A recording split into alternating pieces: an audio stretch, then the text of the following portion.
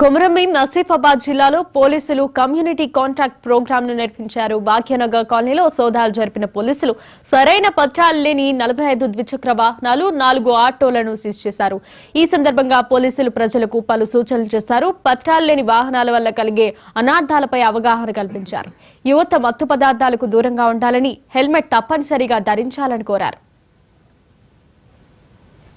ఈరోజు ఆసిఫాబాద్ గౌరవ ఎస్పీ గారి యొక్క ఆదేశాల మేరకు మరియు ఏఎస్పీ ఆసిఫాబాద్ సబ్ డివిజన్ గారి యొక్క ఆదేశాల మేరకు ఆసిఫాబాద్ పట్టణంలోని భాగ్యనగర్లో కమ్యూనిటీ కాంటాక్ట్ ప్రోగ్రామ్ అనేది నిర్వహించడం జరిగింది.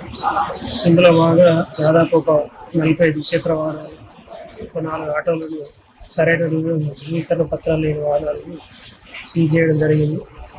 అందులో భాగంగానే పబ్లిక్తో కూడా మాట్లాడడం జరిగింది. వీరికి డ్రగ్స్ గురించి మరియు ఈ సైబర్ క్రైమ్ గురించి, ట్రాఫిక్ గురించి అవగాహన కూడా కల్పించడం జరుగుతుంది.